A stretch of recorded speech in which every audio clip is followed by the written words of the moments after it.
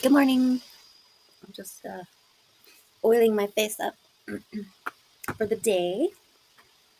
Oh, and I just kind of jammed my hair up out of the way. I really need a haircut, is what it is.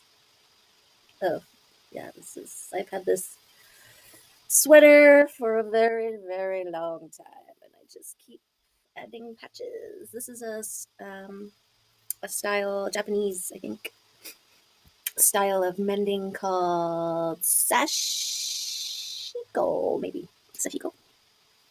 Anyways, I wanted to talk today about avatars and not the blue people in the forest, though we could talk about those because there's something really interesting about that. I guess I guess they are part of the conversation of avatars. So, okay, first of all, if you haven't seen or heard of uh, Avatar: The Last Airbender, the animated show, 3 seasons, I recommend you go binge it all now. Now, it's a series that we discovered when my son was young, and he's now 22, and we have watched it, you know, revisited it several times throughout his growing up, and it is still one of our favorite animated shows. Um, yeah, it's it's brilliant. It's really, really beautifully written. It's got all the aspects, makes you laugh, makes you cry, makes you scratch your head or whatever. It's really, really good. So the concept behind that is avatars are basically like a vessel that houses uh, the chosen one or whatever. So there's like links to your past lives and your past selves, and going into avatar state is um, accessing the power of all of your past lives. And there's only one avatar per generation or whatever allowed to be alive at one time in the show. And that person, it's so hard to describe. I didn't want to get too far into the avatar of the show because it deals with like elements and bending people who can control certain elements, and then the avatar is the one that can control all four of the elements, and also bringer of the people together, and the character arcs, and just it's so good. It's so good, like on so many levels. But anyways, what I wanted to talk more about is the idea of escapism and video games and life. So I am I guess what you would call a closet gamer. PS5, PS4, PS3, PS2. I don't think I played the PS1 or the first PlayStation. Um, that was during my teen years, I guess, or my 20s, my early 20s, when I was too busy couch surfing around then to be playing video games. But when I was pregnant and it was past my due date, and so we were literally just waiting around for the baby to come out of me. So we rented a PlayStation 2 and a couple games, and yeah, that was really interesting because it was like I was previously to my pregnancy, I was a horror movie hound. Like the gorier, the mentally great, chaotic, the better. Like I just bring it on, vampire obsessions and all that kind of stuff. Like I was on the edge of my seat watching Bram Stoker's Dracula, which is still a pretty great movie. But anyways, um, once I had that baby inside of me, that darkness, I don't know. So we went and watched a movie once. It was called They, and it was about these like creatures and night terrors, and they were basically farming you. So they tagged you when you were young, kids with night terrors, and then they basically collected when you became ripe. But that was creepy, and I was like, oh, that was the first time I felt like, oh, what was that? Like I've never felt that before. And then when I was pregnant and we got the video game, playing this video game, and the characters like descends down and down, and it's like these dimensions of crazy. It was what was it? Silent Hill. It was a Silent Hill, and yeah, and you press the action button, and then it'll either open, pick up, do whatever action calls for in that moment. And I walked into this bathroom, and there were 3 stalls, and they all had their stall doors closed. So I came to the first one and pressed the action button, and my character, the avatar that I'm controlling, which is what this whole point is, so we'll circle back to that, kicked the door open, and it's empty. And so I was like, okay, so I went to the next one and pressed the action button and kicked the door open, and it was empty.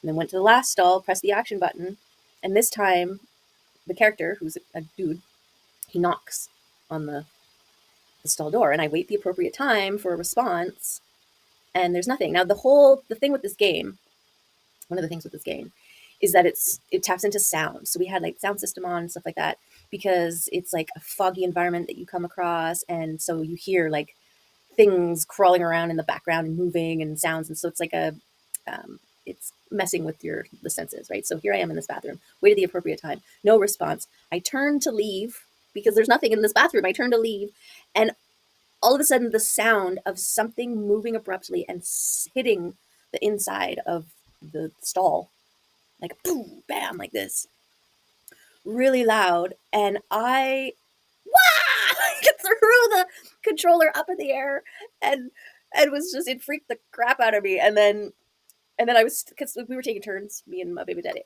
and it was my turn, and then after that I'm like, ah! And so I passed it off. I couldn't play because I was too freaked out. It freaked me out, and I think the fact that I was freaked out freaked me out as well, because I had come so far not never being freaked out about anything, and then here I am.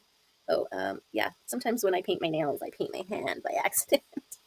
I actually was in process of dropping the little thing, and I grabbed it just before it hit. So it's better my hand than the carpet. But anyways, so my point is that life, I think, is similar to this idea of a game console and choosing your avatar. Okay, so you tap into a video game, you pick up the controller, right? And you start the game, and sometimes you get to choose your avatar, choose your character or whatever. Male, female, tall, short, all the best ones. You get to like play around with different things like augmenting of the body, and you can get really detailed in some of the things that you can have control over, the clothes and stuff like that.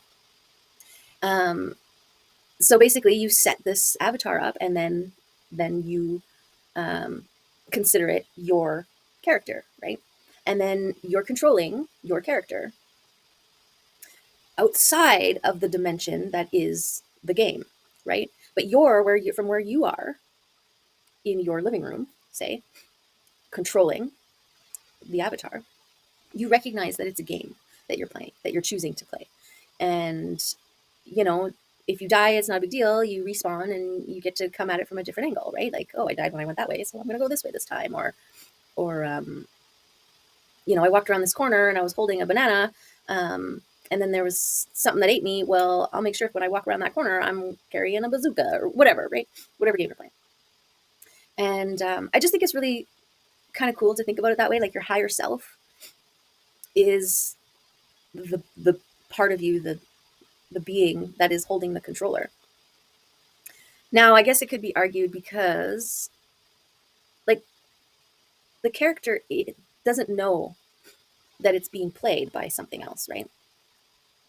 It's just in its dimension, doing its thing, dying, jumping, whatever you're making it do. And there's this idea. This is why I wanted to go back to the blue avatars, because consciousness, right? So while we're playing this, we are actually imposing our consciousness into this character that we're playing. So we're like, but detached wise, right? Like we have an understanding that when the character dies, we're going to be okay, right? It's not like Nightmare on Elm Street or something. When you die in your dreams, you die in real life. It's like you, yeah, I started going down the Nightmare on Elm Street because it was weird that came into my head. But anyways, what was I talking about? Avatars, the spiritual realm. Well, I guess I wonder if, oh yeah, doing the consciousness, and then, so there is a part of the higher self, part of the person with the controller, you, the player of the game, controlling the avatar, that has shifted your perspective or imported your consciousness, in a sense, part of it, into this avatar character, right? Which is why a lot of gamers and stuff like that, when they're talking about the experiences that they've had in the game or the choices that they make, they are saying like, oh, I went this way in the dungeon and I should have went this other way, right? And I think life is kind of like that, in a sense. Like we are making these choices in life and having to interact with the consequences. I say interact and not suffer because I think that consequences aren't good or bad. They're just, it's like, um, it's just part of this dimension. Like any action creates a reaction, right? And so every choice that you make, every action you take, it's going to have a reaction, and whether that's a good one or not is besides the point, right? And then I think that's where free choice comes in, because then you can choose what action you take, um, with an awareness of consequence, right? Like that's kind of what makes us humans more evolved, arguably, than, say like animals or something like that. Like I'm just thinking, my cat, before she was my cat, and I had like a whole bird sanctuary in my backyard and in front of my window here, and sitting here, mind my own business, watching these birds, feeding them on the feeders and stuff like that. And then this cat comes out of nowhere and just like starts hunting the birds. And for a while there, she was so, because she was young and new at this hunting game, um, she was so fixed on the target that she wasn't considering the consequences of launching herself at the target, right? It was just get the bird, get the bird, get the bird. Where now she's had enough experience where she recognizes that if she launches herself at certain things, there's risks of getting hurt. So one example was I had this shelf that I made out of wicker, or not wicker, willow. You take willow branches when they're still alive, I guess, and you can weave them, and then when they dry, they hold their shape, right? So baskets and stuff like that. But anyways, I made this whole shelf because I just wanted to do that, and it was 2, 3 story shelf, and I had all these like crystals and rocks and everything on it, and moss and sedum, and just made it really kind of pretty altar type stuff. And I hear this smash, and I go over and I look, and it had fallen over. But at the top of it was this, I forget what it was now, some sort of crystal or glass thing that should have broke when it hit. But because what had happened, because I super sleuthed the whole situation, was a bird had landed on it, and Mims, the cat, had launched herself without consequence or idea of consequence at this thing to grab the bird and pulled it and the shelf back. And the reason this thing didn't break was because it landed on her. And then she, ran away. Um, and then there's a couple of times too, like I put stuff up to kind of deter the cat from eating the birds. And so she's launching herself at all kinds of stuff. Anyways, if we're lucky, we can learn by our consequences and then adapt, like know not to do that again. So like Mims, she learned to consider her environment before launching herself at it. And I guess I don't know why that was important. But I really think, I have a feeling that our souls are like ourselves in this dimension where we're like, I want to play a game, and picking up the controller, choosing an avatar, and playing the game. And I think too, um, like if you were to play a game where you had infinite, powers and can create as you go, and nothing stood in your way, and there was no challenges, and everywhere you went, was abundance and all that kind of stuff, the game would get, I don't know, boring after a while, because it's those little challenges, it's those little unexpected things, it's those walking around the corner and then being confronted by something that you're like, where did this come from? And then, ooh, this is an opportunity to figure out how I would handle this situation. Like I think challenges are what make a game enjoyable to play. And so I think, yeah, and then of course you can pull in the idea of past lives, or not past lives, reincarnation, and well, and that I guess would play into this theory, because you played as a man and a woman and a fox and a cat and a dog and a lichen, and all these different characters. Like, I wonder what kind of game being um, a rabbit on a mountaintop would be like, and maybe this rabbit gets eaten by a wild animal, at some point in the game, and what would that be like, and what could I do to try to avoid it? Try to survive the attack, or or just the sensation and the feeling of being eaten. I don't know. Like, I think so. This theory that life is a hologram, or we live in a holographic realm. Like, if we're avatars being driven by our uh, oversouls or our higher selves played, then spirituality, I guess, would be the awareness that you are an avatar being played, and creating some sort of connection. Well, if the whole trusting, um, that your higher self, who's got the controls, is knowing where you got to get to, right? Like the avatar is just walking around in the world, experiencing and interacting. But the player, they've got the little mini map in the corner that shows which way you got to go to, right? That there's a dead end coming if you turn right, so you need to turn left.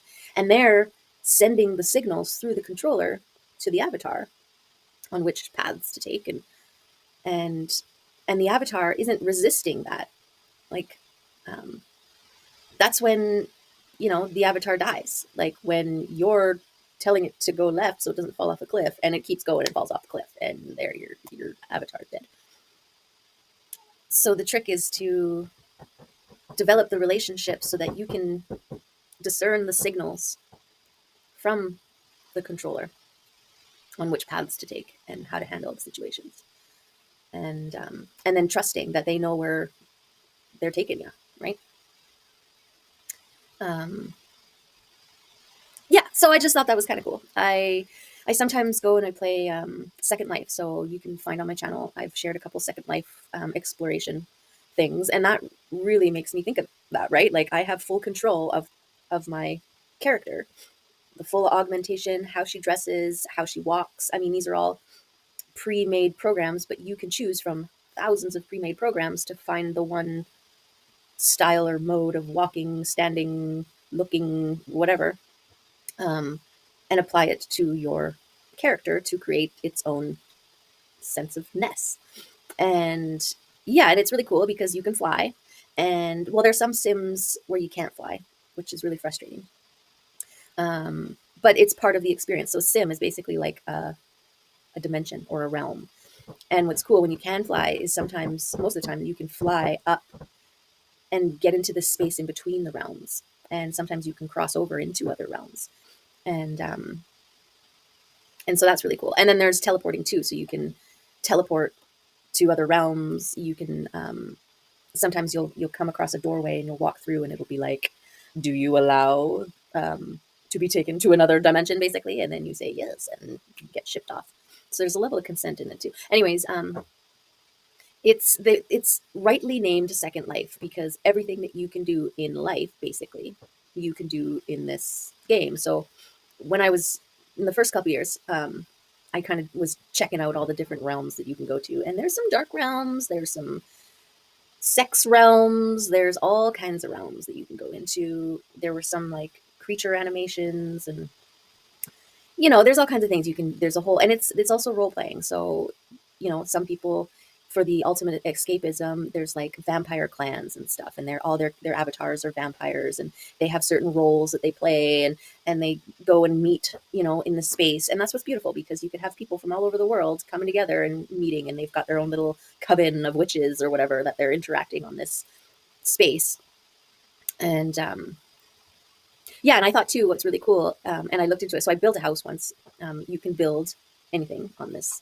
So everything that you see, somebody has built. So the sim is, there's a body of water that's in all the sims. It's like a water level, and you can import other bodies of water and stuff like that, but it's not part of the main water. And there's also a main sky that goes through its night and day cycle, which is kind of cool because um, you can catch a sunset or a sunrise, or the moon coming up and all that kind of stuff naturally, as far as that timeline goes. Um, but when you get a sim fresh, it's just a flat ground, just a little bit above sea level, and then the ocean surrounds it. So then you can terraform the ground, and so you can drop the ground level below the water, And then you can have access to like people who create the mermaid realms, right? Underwater realms. And sometimes you can, or sometimes some places will have like you're walking down this pathway and you start to go below ground level into the ocean, and they've terraformed a tunnel, and then it opens up, and then there's this whole like grotto or something, right? You can also build the land up and create mountains and hills, and and then you take you go find a prefabbed home, right? It's already created in all its parts, and there is a currency. It's called the lindens, and I forget what the currency exchange is now, but the last time I checked, it was like 10 real dollars buys you 2,500 lindens or something like that, and you can buy a decent house, prefab home, basically, for I don't know 100 to 500 to 1,000 lindens. Like there's all kinds out there. You can also buy parts, like you can buy um, kits that have different wall shapes, and that comes included with the textures and stuff like that. Because when you build, you start with a shape, and it's just like, and then you apply a texture to it, and you change the shape and create your object, right? So you buy objects that people have already done that, or you do your own. So I made a house, one of my dream houses that I want to make in my mind. And it was really cool because I got to kind of create this two-dimensional space, but then have my avatar being able to walk around it in it and get a sense of like how big it actually is and where would I put everything. And it was just really cool. But anyways, one of my ideas was to, well, I'm sure it's not just my idea, but one of the things that you could do on that site is you could build or buy or create a gallery, like an art gallery, and bring in real world photos of your actual artwork. So paintings or sculpture, pictures of sculptures or whatever, put them all up in your art gallery, and then um, put links on all the pictures. And then you can have anybody all over the world that is on that program in an avatar come by, walk through your virtual gallery, click on a image that they like, which sends them to the real world ways of acquiring it, buying it, supporting it, following it, whatever they want to do. And that's really cool. That's really cool. Now, a lot of people, they want to keep the role playing going, right? So I have actually had a couple little like online flings, and when it's just the name, their avatar, and the texting back and forth, and they can, it's so easy to create these characters in your brain, who they are and what they represent and all this kind of stuff for the fantasy, right, of your two avatars interacting.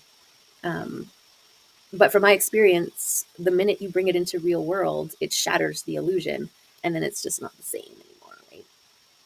So yeah, so one time I was seeing dating this guy, and he was a musician, he said, or whatever, and my brain just romanced the heck out of it. Like I'm just like, oh, I'm picturing, and I think he was in from London or something like that. So he had, I'm picturing this like guy who had a black leather wristband, and some cool, I don't know, like something. I think I was picturing the guy from, oh, what's the name of that band? They sing the song "You Only Call Me When You're High" or something like that. Arctic Monkeys, maybe, something like that. Anyways, like just cool, you know, sexy, hot, all that kind of stuff. And then he was telling me like he could send me a song that he sang or whatever, and I was like, no, I don't want to break this illusion, right? But my brain got the best of me because my brain had created something pretty awesome, and my mind's like, hey, the risk of this being real is high. Like let's do this. So I he sent it to me, and I listened to it, and the moment it started to play, I was instantly in regret because it sounded like, my 70-year-old father who's in a Christian band, okay? It sounded like that. It sounded like old man garage band. And I was like, no. And it wasn't even like cool garage band, it was like not cool. Anyways, it just, and then after that, I tried to forget about it, and I couldn't. And that was the end of that. But anyways, he also ended up standing me up, which is really easy to do when you're on the thing. But I told him, like, stand me up once, that's it. So he knew the consequences. But I mostly keep to myself on there because I just want to, it's just like a quick little escape, Like I like to keep my hands busy. As you can tell, like it's hard for me just to not move my hands. So it makes for good maker material. Like I constantly making stuff, doing stuff. I want to be active. And so even when I'm like vegging out, you know, playing around with the whatever. That's why video games has always been a good way for me to detach and um, step out of the real world, I guess. So yeah, that's what I wanted to ramble on about. About is this video gaming escapism, and I think a little healthy dose of it is fine. You know, there's some really beautiful stories out there, and but I do wonder about consequences to your actions and stuff like that. Like there's some people who play video games and there's just zero restraint, and I guess it's a good way of exercising those things without consequence, right? Except for the consequences that are in your game. Like there's a beautiful, beautiful game called Red Dead Redemption 2. And the first one was excellent. The second one, I had some resistance because you play as a different character. And when you play the first one, you kind of really get involved with that character. Hey, do you mind over there? The heck? Scully. But if you push through, you end up falling for this other character as well, and it is beautiful. It's beautiful, beautiful, beautiful. It's not a game that you play like once a week or once a month or something. This is something that you invest some time in. Like I would recommend at least a couple hours a day. Um, and once you get into it, you're going to want to. And the reason is too because you don't want to forget your actions because you need that. So it's kind of it's Western. It's a Western like I can't even explain it. But anyways, the gameplay is set so that whatever actions your character you choose will determine your standing in the game. So if you walk into a town and you start shooting it up and beating up people and causing a ruckus and stuff like that, you'll get a bounty on your head, and people will be scared of you when they see you walking down the street. They'll like scream and run and call the cops on you and the sheriff and the Pinkerton brothers or whatever, the Pinkerton boys. Um, right, you won't be able to buy food at certain places because they'll be like, whatever. And I mean, that's you can play that. You could play the bad guy, right? Um, but because it's Red Dead Redemption, it's about redeeming yourself or the slow redemption of self. I don't know. I like the kind of games that have consequences to the choices that you make and will determine how the game plays out. So there's also a couple different endings based on how you play the game, which is also really cool. So they're starting to incorporate bigger, more different consequences.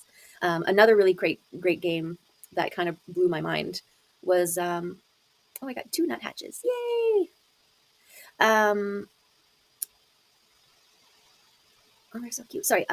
Is what's that game now? Oh, damn it! They just The Last of Us. Is it The Last of Us?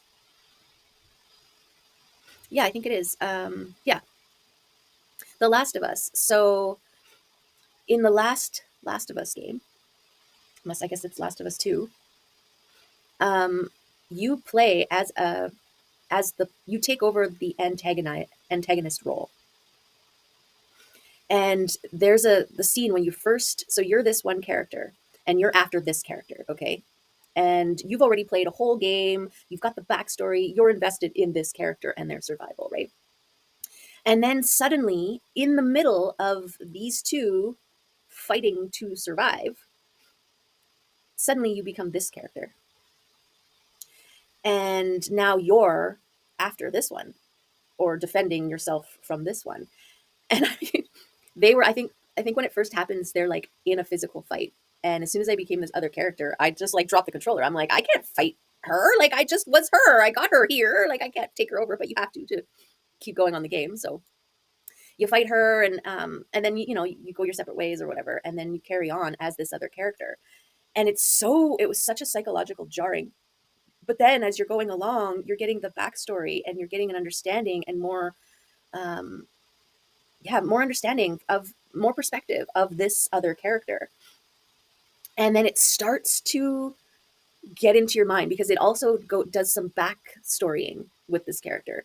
And so you're this character interacting with other characters that are involved with them that you as this character have already interacted with, if you know what I'm saying. And anyways, the level of psychological craziness that was involved in this game was so good, so good. Um, so yeah, I enjoy it for the challenge and the story. So those are basically my top favorite games. So the Red Dead Redemption 2 and the Last of Us series. Um, but the number one for me was what's it called now? Uncharted, of course. The Uncharted story. Nathan Drake and Sully. Oh, do I not know Sully's name? Sullivan. I don't know Sully's last name. And Elena. Do I know Elena's last name? I don't think I know Elena's last name either.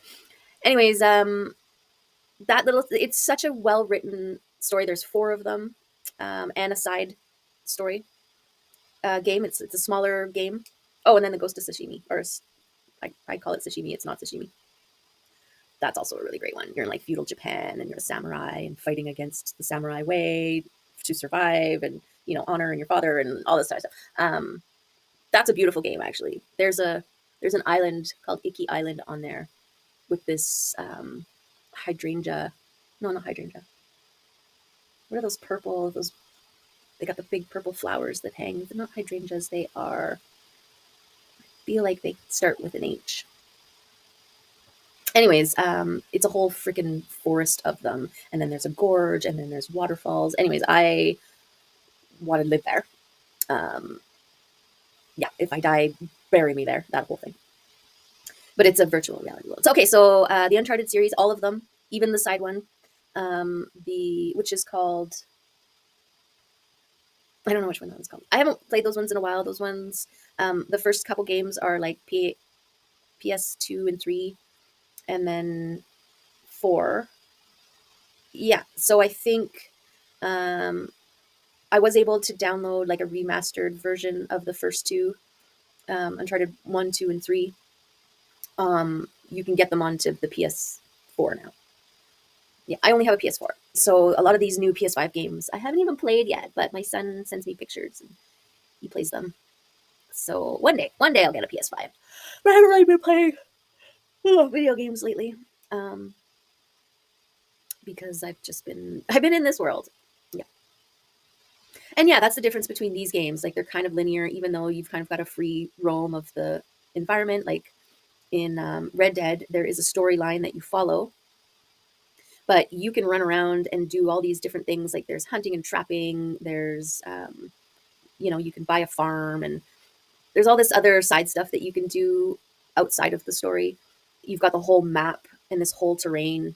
What's cool, you could stand on top of a mountain and look out and see like a spot way down there, and then you know ride your horse down there. It's quite immersive. So I'm just talking about the story part. If you were to play it regularly to get to the end of the story, because it's really beautiful. So yeah, it's basically it's like watching a movie, but you're interacting with it and making choices and being you're playing the character, which is just another level of escapism for the and for somebody like me who likes to keep their hands busy while watching a movie. And I've gotten to a place now with my hand-eye coordination and just my efficiency or ability as a gamer that I can play a game almost all the way through and have it play out like a movie, and it's not like I'm dying every 17 times every second, right? And that's really frustrating. You're not getting anywhere. That's not a fun movie you want to watch after a while, right? So, so yeah, avatars. Well, I guess the avatar, the blue avatars, they are literally vessels. Not them, but the whole Jake Sully, right? Like they created this vessel body that was linked with his DNA, so that, and then his consciousness was moved from one vessel into the other, right? Whenever he was in those, and then yeah, they ended up. Spoiler alert: he takes that body on for good, right? And there's some theories of this consciousness moving, and actually, I mean, if people are astral projecting, like leaving their vessel and traveling around, then what's to say that you can't pop into another vessel and drive it around like you do your own with your consciousness? No. So yeah, I don't know. I guess I just wanted to go off a little bit about everything when it comes to do with gaming and escapism and spirituality. I guess is in there too. Um, yeah, yeah. So there you have it, gaming and your avatar states. I hope that inspires you to get yourself a PS4 or PS5 and play some of these games if you're into that. All right. You can also look it up and watch other people playing them and get a sense of them. Um, but it's so much funner. I didn't even mention Horizon Zero Dawn. That was an awesome game as well. You're like in the future, and there's all the animals are like tech, computer animated animals, and you can override their systems, and it's pretty awesome. I mean, I'm not doing it any justice, but that one is very cool. You can fly on beasts on that one, and like catch a flying bird and fly. Like it's so good. It's so good. Okay, so there's a few games I like out there. There's probably a bunch more that I'm not even thinking about, but those are basically my top ones. So yeah. So anyways, bye. Till next time.